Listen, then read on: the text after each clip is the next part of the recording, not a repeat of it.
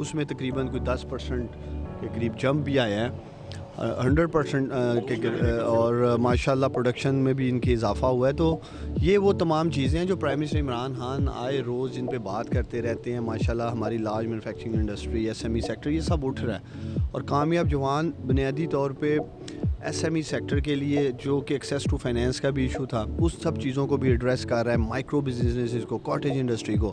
تو میرا خاص آنے کا مقصد یہاں یہی تھا کہ میں دیکھوں. اور آج آپ دیکھ سکتے ہیں ساؤتھ پنجاب میں کچھ ٹریکٹرز جانے ہیں, ادھر سکھر کے لیے کھڑے ہیں, ادھر سائیوال کے لیے کھڑے ہیں. آپ کا کیمرہ مین اگر دکھا سکے. اور ہر ماہ یہاں سے ڈیلیوری دی جاتی ہے ٹریکٹرز کے حوالے سے. تو ہم یہ بھی پلان کر رہے ہیں کہ ہم اس کو ہر مہینے دیکھیں کس طرح سے نوجوانوں کو اکٹھا کر کے تقسیم کریں.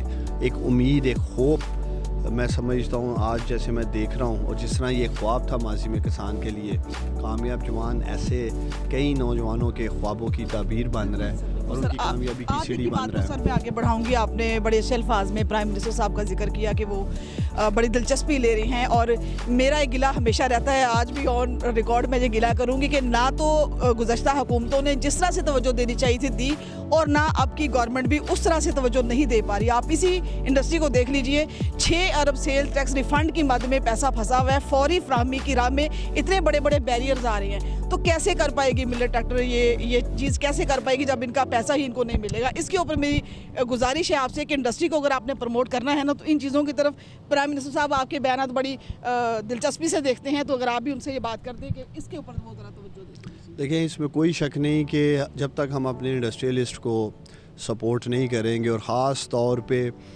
فنڈز جو ہیں وہ کسی بھی انڈسٹری کے لیے ایک جیسے انسانی جسم ایک بلڈ کردار ادا کرتا ہے, یہ اسی طرح ہی ہیں. ورکنگ کیپٹل, فنڈ فلو سارے جو ہیں. ایک دوسری طرف ہمیں فائنینشیل کنسٹرینس کا بھی سامنا ہے. آپ کے سامنے ہم ہر سال 5-5.5 ہزار جو کلیکٹ کر رہے ہیں, اور اخراجات کس طرح بڑھے ہیں ان کو بھی ہم بیلنس کر رہے ہیں. بہت سارا انڈسٹری میں ہم نے فنڈز دیے بھی ہیں. ایکسپورٹرز کو ماضی میں 10 سال فنڈز نہیں ملے, وہ بھی دیے گئے ہیں. سیلز ٹیکس ان کو بھی دیا جا رہا ہے. ان کے بھی سیل ٹیکس کا ایشو انہوں نے مجھے بتایا, انشاءاللہ تو اسے حل کریں گے.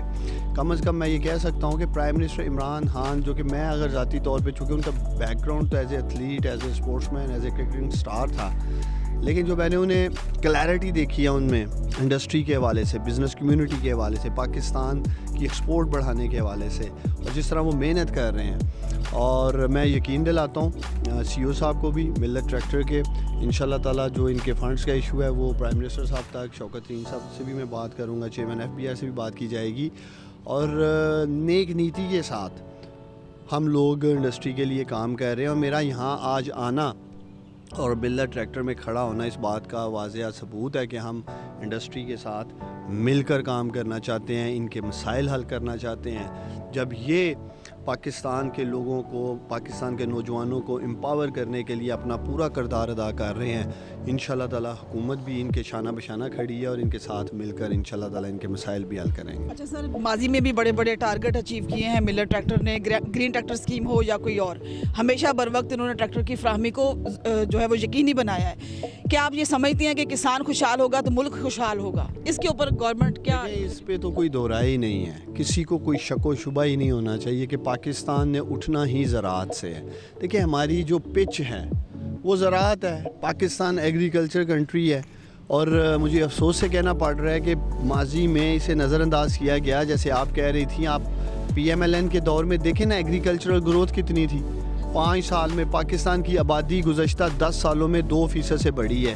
ان دونوں جماعتوں کے 10 سالہ دور میں 0.69 کے قریب اوور آل گروتھ ہوئی ہے ایگریکلچر سیکٹر میں. تو یہ تمام دیکھیں, آپ اوور نائٹ چینج نہیں لا سکتے. زراعت کے شعبے میں جن پالیسیز کی ضرورت تھی, جو آج سے 10 سال پہلے سٹیپ لینے کی ضرورت تھی, 15 سال پہلے سٹیپ لینے کی ضرورت تھی, وہ نہیں لیے گئے.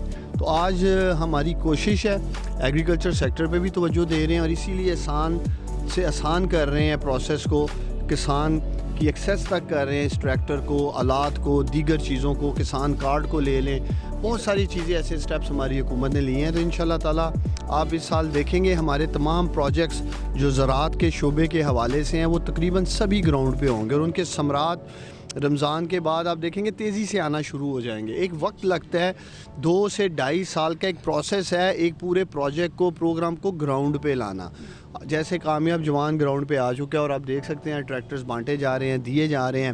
ہم نے 5 ایسے پروگرامز کی بنیاد رکھ دی ہے پاکستان میں. کامیاب جوان کی بنیاد رکھ دی نوجوانوں کی ڈیولپمنٹ کے لیے. کامیاب پاکستان پروگرام جس میں 5 لاکھ تک انٹرسٹ فری قرضے دے رہے ہیں پسے ہوئے پسماندہ علاقوں کے کمزور طبقوں کے لوگوں کے لیے یہ پروگرام آیا اور وہ بھی دینا شروع کر دیا. ہاؤسنگ پروجیکٹ میں گھر دینا شروع کر دی ہیں. پاکستان کی 70 سالہ تاریخ میں ہاؤسنگ سیکٹر میں اتنا قرض نہیں دیا گیا ہے جو پچھلے 2 سال میں ہم نے دیا ہے. اٹھا کے دیکھ لیں, اسٹیٹسٹکس ہیں, ریکارڈ کا حصہ ہے. احساس پروگرام کو لے لیں, ہیلتھ کارڈ.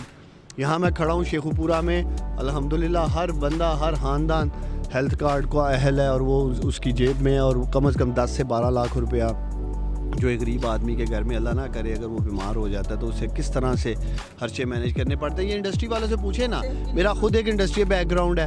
ہمارے کاریگر آ جاتے ہیں قرض دے دیں جی 50,000, بیگم بیمار ہو گئی ہے, بچے بیمار ہو گئے ہیں, میں خود بیمار ہوں. اور یہ لوگ جو ان کو سامنا کرنا پڑتا تھا اپنے امپلائیز کو بھی قرض دینے کے لیے ہیلتھ کے لیے, وہ بھی الحمدللہ ہیلتھ کارڈ ان کا ایڈریس کر رہا ہے. تو یہ کولیکٹیو ایفرٹ ہے.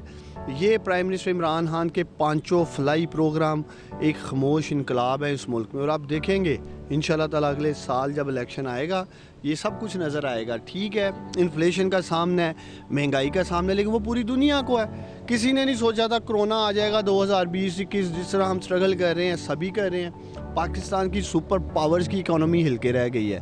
ہم تو پھر بھی سٹرگلنگ اکانومی ہمیں ملی 2018 میں, اور جس طرح ہم نے پرفارم کیا اس کی تعریف ورلڈ بینک بھی کر رہا ہے, اس کی تعریف ایشین ڈیولپمنٹ بینک کر رہا ہے, اکانومسٹ کر رہے ہیں, دنیا تعریف کر رہی ہے جس طرح سے ہماری حکومت نے, پرائم منسٹر نے مینیج کیا. ورنہ یہ لوگ تو کہتے تھے ملر ٹریکٹر اور ساری انڈسٹریاں بند کر دو, سب کچھ کلوز کر دو. ان سے پوچھے نا, میرے ساتھ کھڑے ہیں, اگر ان کی انڈسٹری 3-4 ماہ لاک ڈاؤن ہو جاتا تو یہاں کیا حالات ہونے تھے. بے روزگاری ہر طرف ہونی. تو ایک بڑے فیصلے کیے پرائم منسٹر عمران خان نے. کیلے کھڑے رہے, ریڑھی والے کا سوچا, چھابڑی والے کا سوچا, رکشے والے کا سوچا, ٹانگے والے کا سوچا. ادروائز تو یہاں یہ کہے جاتے ہیں وہ کریں جو مودی کر رہا ہے, اور ان کا حال دیکھیں کیا ہو رہا ہے. یہی آپ بیانیہ تھا نا اس ملک کی اپوزیشن کا. کمیٹڈ ہے, نیت صاف ہے, اور انشاءاللہ تعالیٰ مجھے پوری امید ہے جس کمٹمنٹ کے ساتھ ہم لگے ہیں اب اس کے ثمرات آنا شروع ہو جائیں.